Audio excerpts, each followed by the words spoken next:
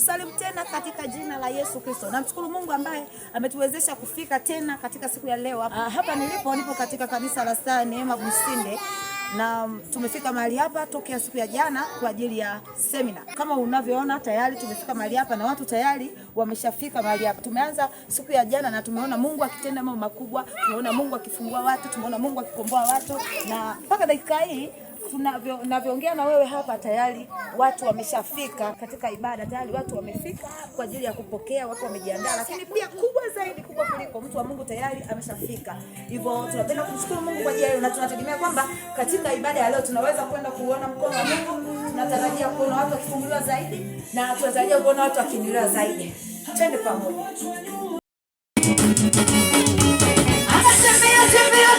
Tembea kiwete huyo. Ruka kiwete huyo. Tembea kiwete huyo. Ruka kiwete huyo. Wakamtukuza Mungu, watu wakamtukuza Mungu. Wakamtukuza Mungu, watu wakamtukuza Mungu. Tembea kiwete huyo.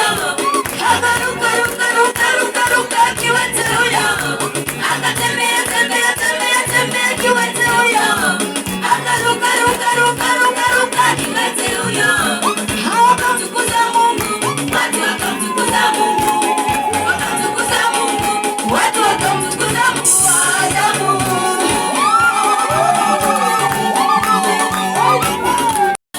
Mikononi mwake Elohim, Elohim, oh Yahweh, Yahweh, Ebenezer, Ebenezer, Elohim, Elohim. Sweat, sweat, hey. Usinde tunakuinua Yesu. Hakuna Mungu kama wewe Baba. Unatawala mbinguni na duniani tajiri. Inuliwa jina lako Baba. Wapi shangwe na vigelegele kwa Yesu.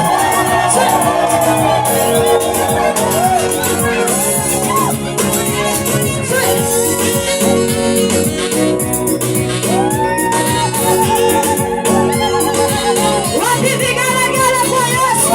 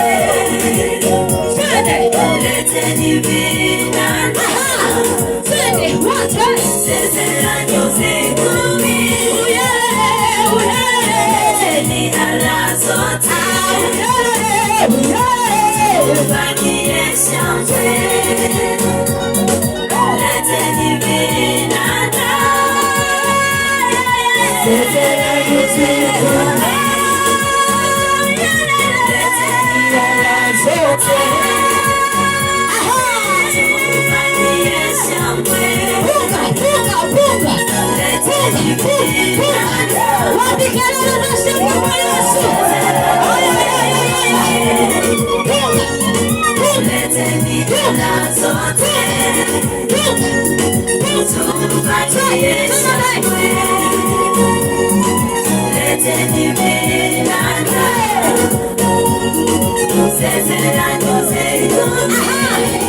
Namshukuru Mungu mimi amejua kunifurahisha, amenipa tamani mimi kanifunika na utukufu. Namshukuru Mungu mimi amejua kunifurahisha, amenipa tamani mimi kanifunika na utukufu. Ni watamani mimi, ni watamani hapa nilipo mimi, ni watamani, ni watamani wewe, ni watamani, ni watamani kuwa, ni watamani.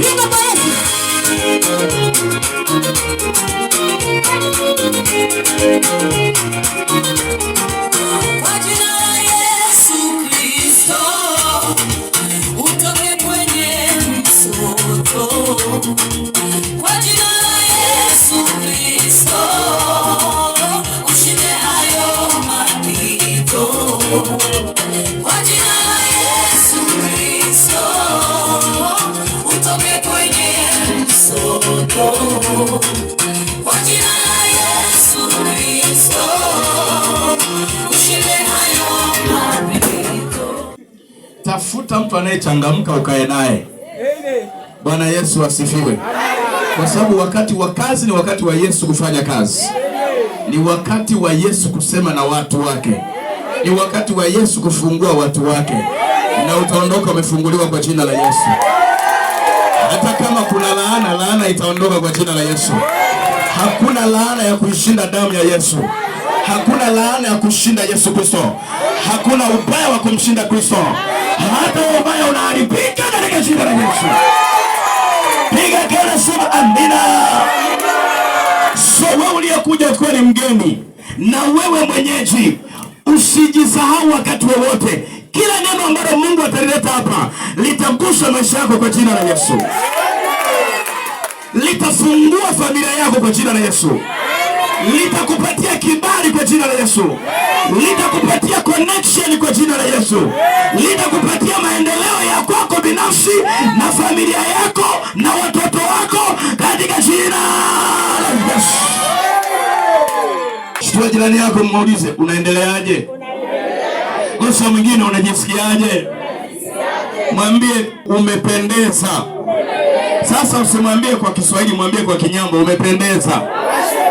Mwambie, alafu nikuambie siri. Leo utabarikiwa kwa sababu moja, kwa kuwa umekaa karibu yangu.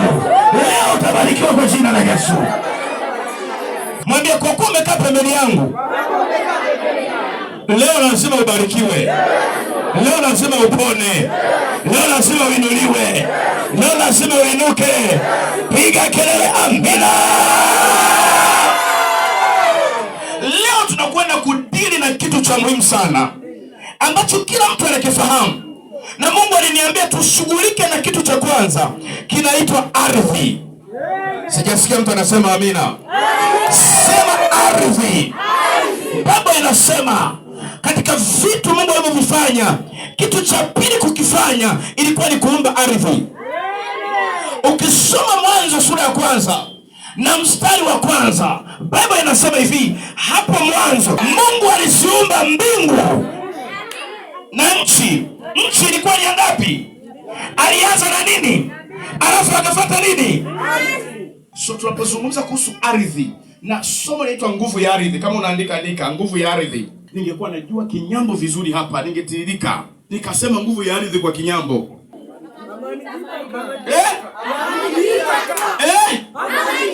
Amani gitaka. Leo tunashughulika na amani gitaka. Mungu alipomaliza kuumba mbingu, akaumba nini? Ardhi.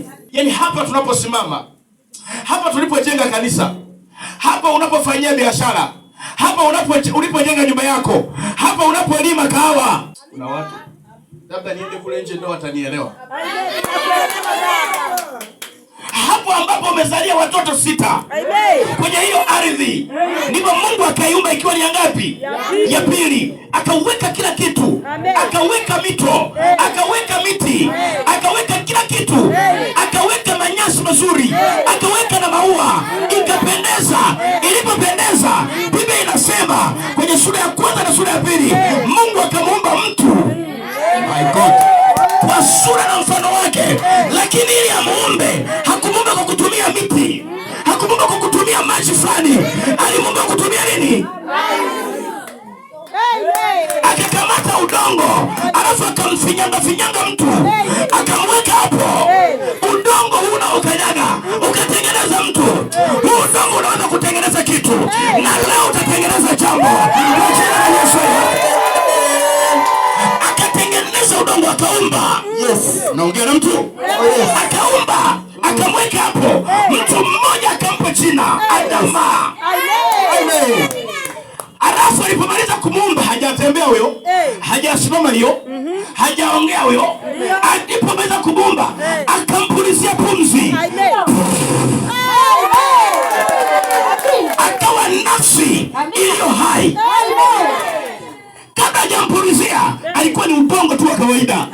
Mwambie jirani yako, udongo tu wa kawaida. Kama unavyoona masanamu fulani, maana alikuwa hajampulizia pumzi. Leo huo udongo wako tutaupulizia pumzi. Utabadilika katika jina la Yesu. Piga kelele, sema ardhi. Unanielewa vizuri? Ninaamini unanielewa kwa jina la Yesu. Alipopuliza pumzi kwenye udongo ule ambao ulikuwa umetengeneza mtu, akawa nafsi iliyo nini? Alipomaliza, baada ya muda, wanatheolojia wanasema, naongea na mtu? Wanatheolojia wanasema Adam alikaa takriban miaka 600 kabla hajapewa Eva. Akakaa peke yake, akaishi peke yake. Baada ya miaka 600, naongea na mtu, akachukua ubavu mmoja. Baada ya kumlaza Adamu usingizi, akachomua ubavu mmoja kushoto, akatengeneza mwanamke. Akatokea ndani ya nani? Ya mwanaume, kwa mkono wa nani? Wa Mungu. Kwa na mwanamke akatokana nini? Na udongo. Mwambie jirani yako, hata ukipaka poda ni udongo tu.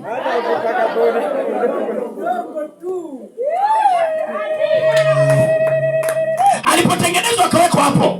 Biblia inasema alipoamka Adamu akatazama, akaona kuna mtu mwingine. Zaidi ya miaka 600 hakukuwa na mtu mwingine aliyekuwa hapo. Akaona kuna mtu mwingine, akasema aha,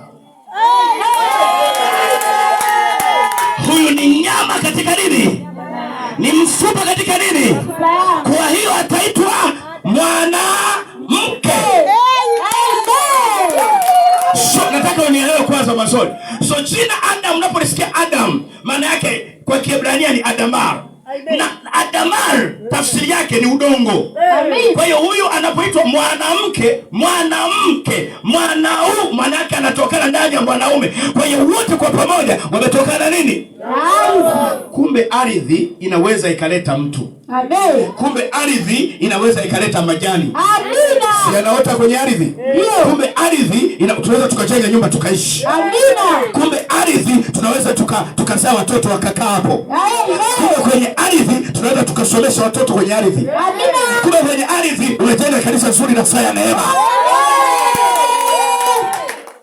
Naongea na mtu? Amina. Kwenye nini? Kwenye ardhi. Mwambie jirani yako, hii ardhi uliyoiona hii sio ya kawaida. Sio ya kawaida. So hii ardhi imepewa nguvu. Imepewa nguvu na nani? Na Mungu. Mungu alipoona amemaliza kuwaumba, akatengeneza bustani nzuri, a sweet beautiful garden. Bustani nzuri. Akaita Eden. Alafu akamchukua Adama na mke wake akaweka wapi? Eden. Amina. Wakaanza kula matunda. Amen. Maana aliwawekea matunda. Na matunda yale, nikupe siri ya matunda yale. Amina. Ukawataki. Nikupe siri ya matunda yale. Hawa wajanielewa. Nikupe siri ya matunda yale. Matunda yale yalikuwa hayaozi. Matunda yale yalikuwa hayaharibiki. Hata nikidondoka kutoka kwenye mti papai, hata baada ya miaka miwili unakuta liko vile vile. Amen. Naongea na mtu. Liko vile vile, halibadiliki. Kwa sababu moja, Mungu aliondoa roho ya kuoza kwenye yale matunda. Aliondoa roho ya kuoza kwenye ardhi inayozalisha matunda. Roho ya kuharibifu ikiondolewa kwenye ardhi, tunda linabaki likiwa sawa. Na leo kwenye ardhi yako unapoishi, pale unapolima, pale unapofanya biashara, pale unapokaa, tutaondoa roho ya kuoza kwa jina la Yesu. Roho ya kuoza ilipoondoka, naongea na mtu. Roho ya uharibifu ilipoondoka, ardhi ikawa safi sana. Ikawa nzuri, haizai mapoza, haiharibu vitu, mambo yakakaa sawa sawa. Adamu anakula na Eva anakula. Hawana stress, hawana maumivu, hawana hiki wala kile. Wamekaa wametulia kwenye ardhi. Wamependa kulia ardhi. Naongea na mtu. Wakakaa sawa sawa. Ardhi inapokuwa imekombolewa, my God, inatoa vitu vizuri vinavyobadilisha maisha, vinavyobadilisha hali, vinavyopandisha thamani, vinavyoleta baraka. Naongea na mtu. Amina. Na ndio maana shetani alipata wivu. Naongea na mtu. Alipopata wivu, akaja kumtoa Adamu na Eva kwenye bustani. Akatafuta mtu mmoja kati yao angemtumia hata Adamu, lakini siku alimtumia Eva. Akapita kwa Eva akazungumza naye. Naongea na mtu. Akaenda akasema naye. Naongea na mtu. Aliposema naye, listen, akazungumza naye. Nimesema hivi na narudia tena unielewe vizuri. Alikuwa shetani alikuwa na uwezo hata angepita kwa mwanamke au imini kwa mwanaume, lakini siku ile alipita kwa mwanamke. Sasa kama umesoma Biblia juu juu huwezi unielewa mpaka utakaposoma majibu aliyoyatoa Adam baada ya kuulizwa na Mungu. Na utajua kwamba hata Adam kilikuwa kimeo. Shakato. Unanisikia ninachosema? Sikiliza. Akala matunda mwanamke na mwanaume alipokuja akampa matunda. They both ate the fruits. Wote wakala matunda. Walipokula matunda ukafika wakati wakajiona wako uchi. Kitendo cha Adam aliyekuwa amepewa assignment kubwa, kula matunda, akaonekana yuko uchi na mwanamke yuko uchi. Utukufu ukaondoka. Kwa nini haukuondoka mwanzoni? Kwa sababu aliyepewa maagizo wa kwanza alikuwa ni nani? Mwanaume Adam.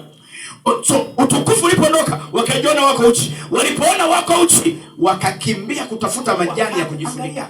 Akaita Adam, uko wapi? Cheki majibu ya mtu aliyepewa assignment kubwa. Akasema, niko huku nimejificha.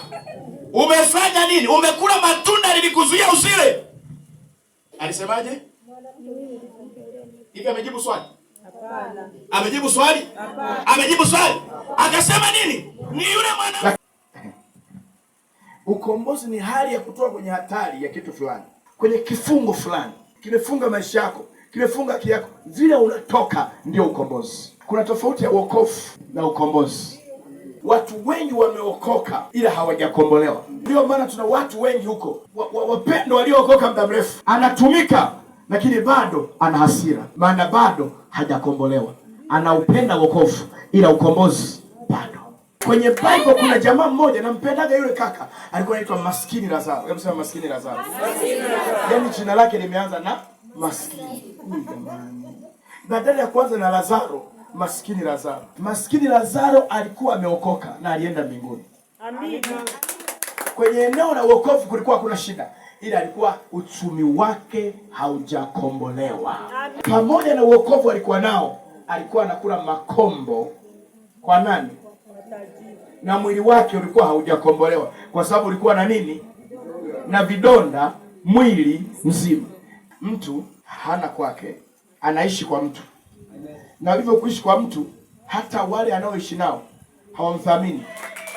So unapokuwa mtoto, kuna vitu ambavyo unavipata, una advantages, una faida nyingi ambazo unazipata tofauti na mshirika. Katika ulimwengu wa roho, mtoto ana nguvu kuliko mshirika. Ndio maana Mungu alipomleta Yesu hakusema namleta mshirika, alisema namleta nani? Mwanangu mpendwa. Ile sauti ilipotoka mbinguni pale kwenye Luka, unakumbuka, akasema huyu ni mwanangu mpendwa naye pendezwa na. Hakusema namleta mshirika wangu. Kwa kuna tofauti ya mshirika na mtoto. Muulize jirani yako, unapenda uwe nani? Kwa hiyo Mungu anapoanza kuhudumia watu wake, anaanza na watoto. Watu wote ni wa kwake, lakini mtoto, mwambie jirani yako mtoto. Bwana asifiwe. Sasa ndio maana huduma yetu hii, kanisa letu hili lina baba wa kiroho. Hebu sema baba wa kiroho. So unapokuwa ni baba wa kiroho moja kwenye ulimwengu wa roho, unakuwa una neema ya kuwabariki wale watoto wako. Unachokisema kinaweza kwenda kwa watoto.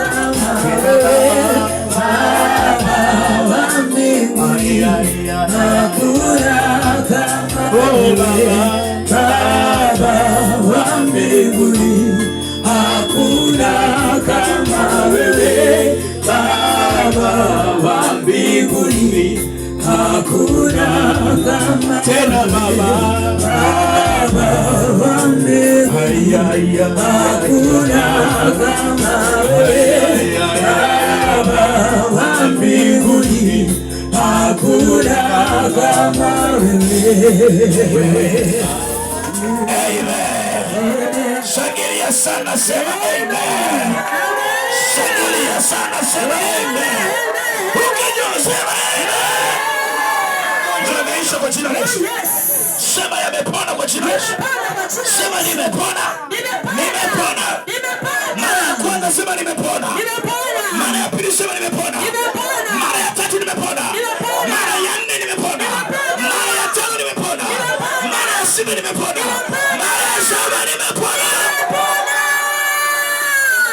Jesus Christ. Amen. Hallelujah. Sasa ukiwa umesimama pale pale, umeshikiza mwili wako, unafanya hivi. Yes. Amen. Umepona kwa jina la Yesu. Amen. Sheki wa bonde.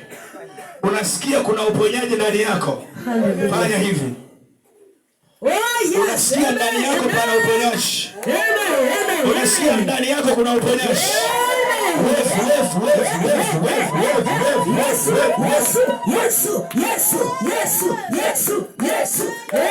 Waliopona fanya hivi. Njoo hapa nikukupe mkono. Kama umepona sogea hapa nikupe mkono. Sogea hapa nataka nithibitishe uponyaji wako. Soma juu. Amen. Soma juu kwa jina la Yesu. Soma. Yes. Simama na mimi hapa. Wote walikuwa naumwa. Wote hawa. Wote hawa walikuwa naumwa. Pigia Yesu makofi kama upo kule. Sijaona kama wewe. Una nguvu na mimi. Hallelujah. Sogea wale wanaokuja waliopona tu. Kama bado hujapona usubiri huku, tutakuombea kwa jina la Yesu Kristo. Umepona, sogea hapa. Umepona, sogea hapa.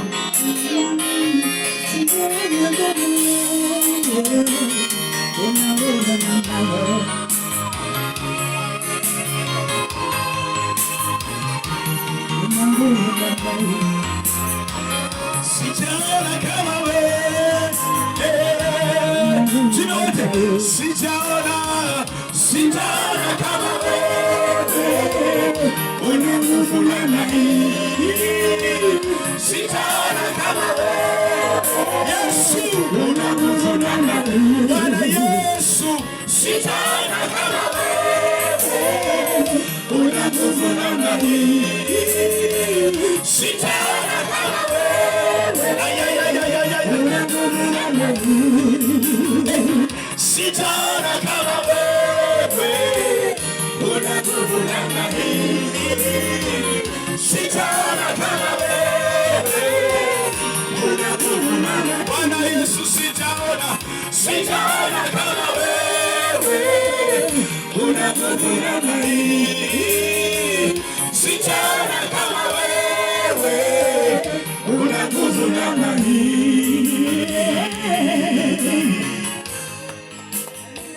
Hallelujah. Sijui nianzie hapa. What is the microphone now? You are very far. Tuanzie hapa kwa mama. Kati upande kidogo. Mama. Ilikuwaje? Unaitwa nani kwanza? Agnes. Ulikuwa unaumwa nini? Nasasagwa munda none nakizire. Wasa? Mwibondo. Mwibondo. Wakize? Imana yakukijije?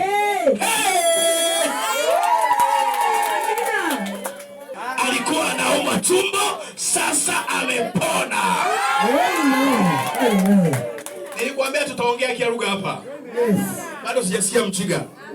Namtaka Mungu akubariki sana.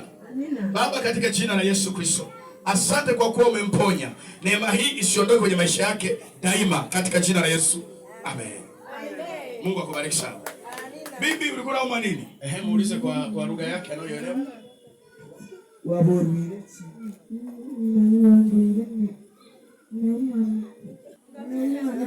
Gabechi nyambo.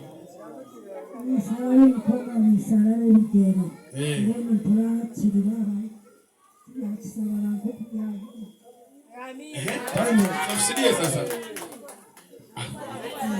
Alikuwa anauma mikono na ilikuwa inakufa ganzi. Ilikuwa inakufa ganzi mikono. Yaani hizi lugha mimi nazielewa. Haya. Piga kelele, sema amina. Sasa anasema mikono na miguu inapona, sio kama ilivyokuwa. Imepona katika jina la Yesu Kristo. Yesu, asante kwa bibi wa umri huu kwa kumponya mikono na miguu katika jina la Yesu Kristo. Amina. Mungu akubariki. Mama alikuwa anacheza na furahi namna hii. Neta Paulo na Justiniani. Mbele sasa maguru kandi kugenda kugenda. Toka kinezi misoga we wanza buni mkanaza na ho nore ndi misoga ni kuruka. Eta alikuwa anaumwa miguu. Alikuwa hawezi kusimama. Eti ulipo waombea akasimama, akapata nguvu, akaanza kucheza. Wewe Yesu apewe sifa na vigelegele. Asante Bwana Yesu kwa neema hii. Muimarishie miguu iwe imara tena na tena katika jina la Yesu. Amen. Ulikuwa na shida gani mama? Mimi naitwa Oliver Fidel. Mimi shida yangu nilikuwa nauma karibia mwili mzima. Karibu mwili mzima. Mwili mzima. Sasa hivi najisikia nimepona kabisa kwa jina la Yesu. Fanya ruka kidogo tuone. Haleluya. Utukufu kwa Yesu aliye hai. Bwana Yesu, nakushukuru kwa ajili ya dada huyu. Asante kwa kumponya. Asante kwa kumweka imara mwili mzima. Awe hivyo hivyo siku zote katika jina la Yesu. Amen. Dada pale. Habari mimi nilikuwa nauma mgongo na mikono na mtoto wangu alikuwa anamuonda mdomoni. Tangu jana alipona, alikuwa hali anaanza kula tangu jana. Kwenye ile maombi ya usiku. Amepona mtoto. Amepona. Yesu apewe sifa. Wewe sasa hivi unaendeleaje? Sasa hivi na mimi ninasikia nikawa mzima. Umekuwa mzima? Pigia Yesu makofi. Mwambie jirani yako, na wewe ni zamu yako kushuhudia. Na wewe ni zamu yako. Nataka kuanzia kesho utashuhudia pia kwa ajili ya familia yako, kwa ajili ya watoto wako, kwa ajili ya nyumba yako, kwa ajili ya biashara yako. Uchawi unakoma, ndoto mbaya zinaisha. Piga kelele amina. Aha. Na wewe? Mimi kwa jina naitwa Esther Nuru. Esther Nuru. Ndio. Nilikuwa naumwa tumbo. Tumbo? Ndio. Kwa muda gani? Kwa muda mrefu, kama mwezi mmoja. Kama mwezi mzima? Ndio. Unaumwa tumbo? Ndio. Imekuwaje? Sasa hivi nimepona. Sasa hivi unasikia umepona? Maumivu yameondoka? Pigia Yesu makofi na vigelegele. Shakatu, shakatu. Ayayayayaya. Hawa wawili sijawekea mkono. Yule ni huyu. Baba, katika jina la Yesu, asante kwa uzima wa kwake na mtoto. Hiyo neema isiondoke kwa namna yoyote. Hata shetani angeleta mpango wa namna gani, umefeli katika jina la Yesu aliye hai. Amen. Asante Yesu kwa kumponya tumbo. Kuanzia sasa ni mzima na kuendelea mbele katika jina la Yesu Kristo aliye hai. Amen. Ubarikiwe sana. Mama, ilikuwaje? Naitwa Priska. Priska. Ndio, tumsime. Nilikuwa nasokotwa tumbo alafu na vichomi tumboni. Unasokotwa tumbo na una vichomi tumboni? Ndio. Yesu amefanya kitu gani? Ameniponya, sasa hivi najisikia vizuri, sina vichomi tumboni. Huna vichomi? Ndio. Unamwambiaje huyo Yesu? Namwambia aende kutenda miujiza. Aendelee kutenda miujiza. Wapi makofi ya Yesu Kristo hai. Asante Yesu kwa uponyaji wa dada huyu. Umemponya. Neema ya ulinzi ongezeke kwake katika jina la Yesu Kristo. Amen. Mama, ilikuwaje? Naitwa Consolata. Consolata. Tangu nimetoka hapa jioni. Tangu ulitoka hapa jioni? Nikahisi kama vile nina malaria. Asubuhi nikaamka nina madhaifu. Nasikia kabisa nina dalili za malaria. Kaona huyu ni shetani, anataka anizuie nisije kwenye maombi. Ukajua ni shetani huyu. Kasema shetani uniwezi, mimi naenda. Kumbe shetani anaweza kuletea ugonjwa ili usije kwenye maombi. Basi mimi sasa ameshindwa kwa huyu mama kwa jina la Yesu. Basi mimi nilifika hapa maombi alipoanza. Kajisikia kama vile nina joto vile. Dalili nikasikia zinapotea. Zinaisha? Lakini tangu umeanza kuomba vyote vimeisha. Vyote vimeisha. Pigia Yesu makofi. Mama anasema vyote vimeisha, lakini amenifundisha kitu kimoja, kwamba alipokuwa nyumbani akasikia mimi ni dhaifu, akajua kwamba huyu ni shetani ambaye anataka nisifanyeje, nisiende kanisani. Akamshinda kwa kuchukua hatua ya imani. Akaja hapa. Na wewe unapoona adui anaita chochote, chukua hatua ya imani, jua kwa jina la Yesu. Piga kelele amina. Asante Bwana Yesu kwa kumponya.